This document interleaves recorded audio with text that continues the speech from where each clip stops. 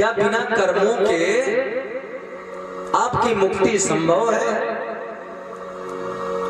उन्होंने कह दिया, जी मैं अपने इष्ट अपने आराध्य की तपस्या करूंगा तो मुझे दुखों से मुक्ति मिल जाएगी, मेरी काया को मुक्ति मिल जाएगी, मेरी आत्मा को मुक्ति मिल जाएगी। तथागत बुद्ध ने कहा कि ऐसा तो नहीं है आदरणीय महात्मा कि आप भ्रमित हो। आज वो जो तपस्या में लीन थे वो महात्मा जी थोड़ा झल्ला गए, क्रोधित हो गए। और जबकि क्रोधित होना ये साधु या संत की पहचान ही नहीं है। अगर आपके अंदर क्रोध है तो सीधी सी बात आपके अंदर लोभ भी होगा, और लोभ है तो आपके अंदर ईर्ष्या द्वेष भी होगा, और अगर आपके अंदर ईर्ष्या द्वेष है तो राग का होना तो 100% तय है। और अगर आपके अंदर राग द्वेष ईर्ष्या छल कपट है तो तुम साधु कहेंगे? काहे के संत वही होता है जिसका मन चित्त जो होता है वो शांत रहे और उसके मन में कोई मैल ना रहे।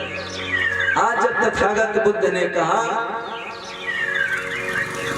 तो वो झल्ला कर कहने लगे, आपको कुछ आता जाता है नहीं और आप हमको ज्ञान मत दीजिए। मैं इस बात से पूर्णतया संतुष्ट हूं कि मेरे आराध्य मेरी मुक्ति का मार्ग मुझे जरूर दे दे। तो तथागत बुद्ध ने कहा, मार्ग तो एक गुरु का देना कर्तव्य होता है, लेकिन क्या उस मार्ग पर बिना चले आपको मुक्ति पा लेना आपको लगता है कि ये संभव है? तो कहने लगे महात्मा, हाँ संभव है। वहीं पास में एक बड़ी सुंदर सी झील बहती थी। तथागत बुद्ध ने कहा, यदि महात्मा आप क्रोधित ना हो तो मैं आपसे एक प्रश्न करूं। ऋषि ने कहा, जी बिल्कुल करिए। तो बोले, आदरणीय मैं यहाँ पर नहीं, आप थोड़ा सा 4 कदम आगे बढ़िए और झील के पास चलिए, मैं वहीं पर आपसे प्रश्न करता हूं। वहां पर जब गए तो तथागत बुद्ध ने कहा, आदरणीय महात्मा, क्या इस बहते पानी वाली झील में तुम उस पार ऐसे ही इस पार बैठ के नदी को या झील को पार कर पाओगे? महात्मा जी जो थे वो कहने लगे, अरे इस नदी को ऐसे कैसे पार कर लेंगे? इसके लिए या तो नाव की जरूरत है, या तो नाव हो हमारे पास, हम तब उस पार जा सकते हैं, और या तो फिर हमको इंतजार करना पड़ेगा कि कब इस झील का इस नदी का पानी सूखे तब हम पैदल जा सकते हैं। तथागत बुद्ध ने कहा, आपको कुछ समझ में आया? महात्मा जी की बोलती बंद हो गई। उनको तुरंत समझ में आया, इसी को कहते हैं दूर का भेद नजदीकियों में बता दे। आज महात्मा जी को पता चल गया कि अगर इस झील को हम बिना कर्म किए यानी बिना नाव के नहीं पार कर सकते हैं, तो आखिर जो इंसान को डराया जाता है कि भैया तुमको भवसागर पार करा दिया जाएगा, लाओ 7 गैयन को दान दो, लाओ 5000 दो,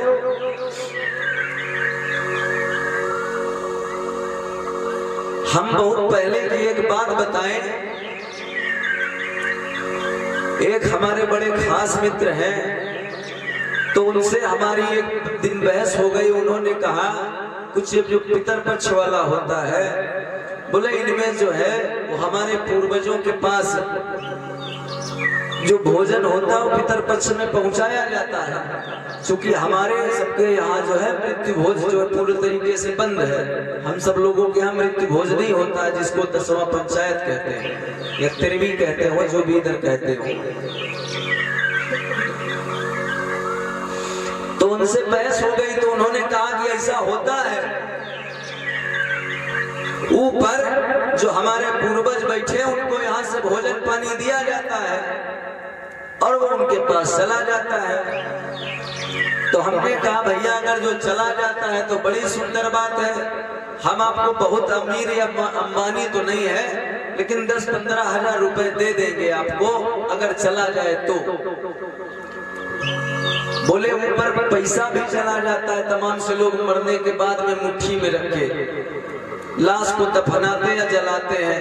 उनको ये लगता है कि नहीं, जो मुट्ठी में आपने एक का सिक्का या जो भी रखा है वो वहां द्वारपाल खड़ा होगा, वो 1 रुपए रिश्वत लेगा, तब तुम्हारी आत्मा से कहेगा कि अंदर जाइए। और तुम्हारे लिए सोयाबीन का तेल अंदर कढ़ाई में खौल रहा है, पापी बहुत हो तुम खौलाए जाओगे अभी।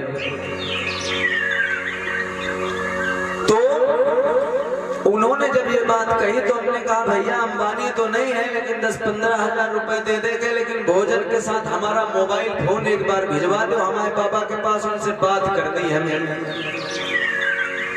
जब आप पैसा भिजवा सकते हो, जब आप भोजन भिजवा सकते हो, जब आप कपड़े भिजवा सकते हो, तो मोबाइल फोन भिजवाने में कौन सी बड़ी बात है।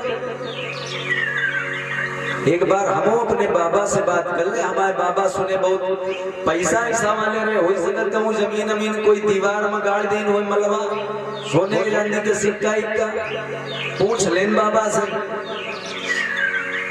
तो कहने लगे तुम बौद्धिस्ट आदमी हो। तो हमने उनसे कहा देखो साहब, बौद्धिस्ट होना गुनाह तो नहीं है।